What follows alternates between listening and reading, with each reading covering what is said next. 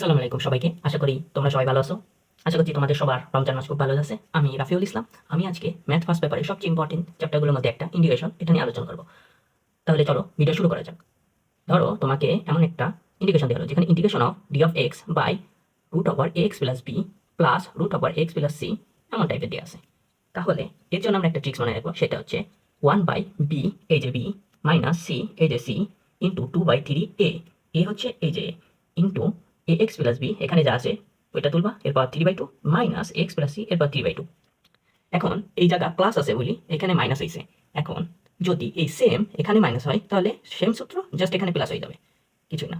আমি ভিডিওটা যেহেতু শর্ট টাইমের মধ্যে শেষ করা লাগবে, এই জন্য আগের থেকে খাতায় এগুলো তুলে রাখছি যাতে শর্টে করা যায় আর কি। তাহলে চলো আমরা কিছু কোশ্চেন দেখি এবার। ধরো integration of d of x by root over 2x plus 5 plus root over 2x plus 3 এমন দিয়ে আছে। তাহলে সূত্র কি ছিল? 1/b মাইনাস সি, বি কত 5 মাইনাস সি, সি কত 3 ইন্টু 2/3 এ কত 2। এখন রুটের মধ্যে যেটা আছে 2x প্লাস 5 এরপর 3/2, এখানে প্লাস আছে আমরা মাইনাস দেবো 2x প্লাস 3 এরপর 3/2। চলো আরেকটা দেখি। যদি দেওয়া থাকে integration of d of x by root over x plus 2 minus root over x minus 1 এমন দিয়ে আছে মনে করো, তাহলে 1/b মাইনাস সি, বি কত 2, সি কত 1 ইন্টু 2/3 এ কত কিছু নেই মানে 1 আছে।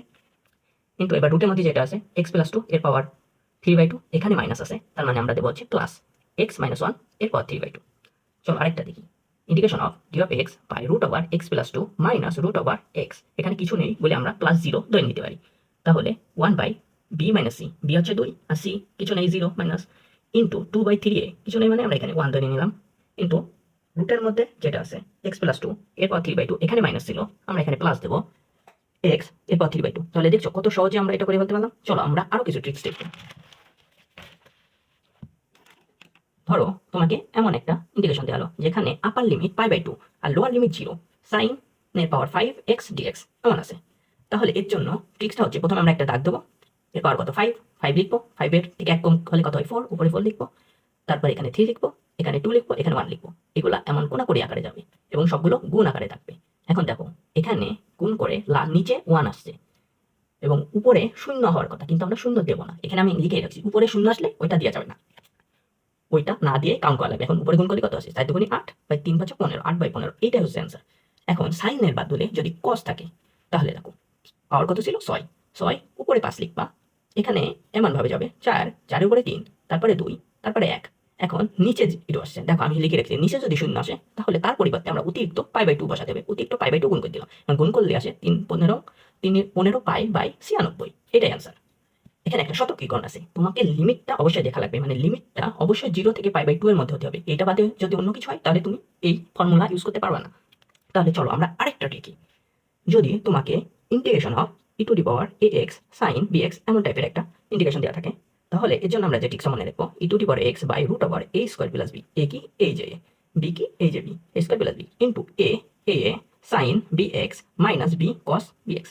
এখন তোমাদের মনে হতে পারে এইটুকু কিভাবে আসলো। আমরা যদি সাইন বিএক্স কে ডিফারেন্সিয়েট করি তাহলে আমরা পাবো প্লাস বি কস বিএক্স, প্লাস পাচ্ছি, প্লাস পালে আমরা এখানে মাইনাস দেবো মাইনাস বি কস বিএক্স। এখন যদি এখানে সাইনের বদলে এই জায়গা কস থাকে তাহলে সেম সূত্র, এখানে কস বিএক্স কে তুমি ডিফারেন্সিয়েট করবা, ডিফারেন্সিয়েট করলে আসে b minus b sine b x. যেহেতু মাইনাস আসছে আমরা মাইনাস নেবো না, আমরা নেবো plus plus b sine b x, plus b sine b x. তাহলে চলো এই দুই টাইপের আমরা প্রশ্ন দেখি এবার। মনে করো তোমার দেওয়া আছে integration E to the power 3x sin 4x এমন টাইপের। তাহলে তাহলে আমাদের কি ছিল e to the power x by a square plus b square a sin bx minus b cos bx। তাহলে e to the power 3x by 3 square plus 4 square 3 sin 4x minus 4 cos 4x, এটাই হচ্ছে answer. এবার দেখো যদি cos থাকে তাহলে e to the power 4x by 4 square plus 5 square 4 cos 5x plus 5 sin 5x। দেখো এখানে যেই সূত্র ছিল ওই ফর্মুলায় আমরা বসেছি এবং এখানে যে অ্যান্সারটা আছে এটা অ্যান্সার।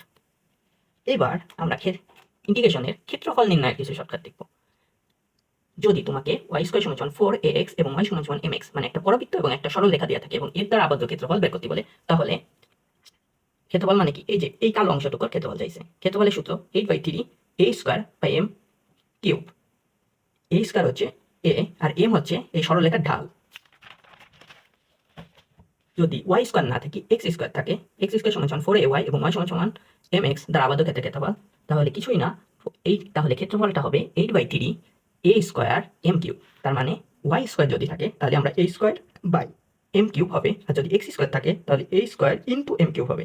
এটা মনে রাখার একটা ট্রিক্স বলি, দেখো y অক্ষ কি হয়, খাড়া হয়, তাহলে a square by m cube এটাও খাড়া, আর x অক্ষ কি হয়, শোয়ানো হয়, a স্কোয়ার m কিউব এটাও শোয়ানো। এইভাবে মনে রাখতে পারো।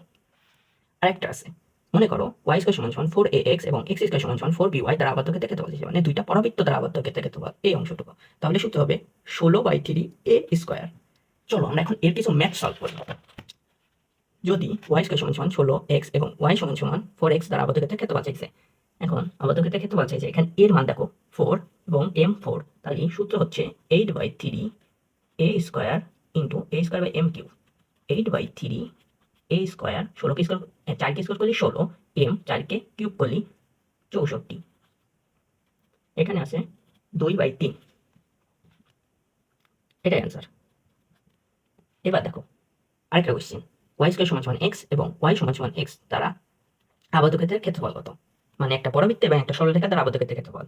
আচ্ছা, এখানে এটাকে যদি আমরা একটু মডিফাই করি, তাহলে y সমান সমান 4 ইন্টু 1/4 x।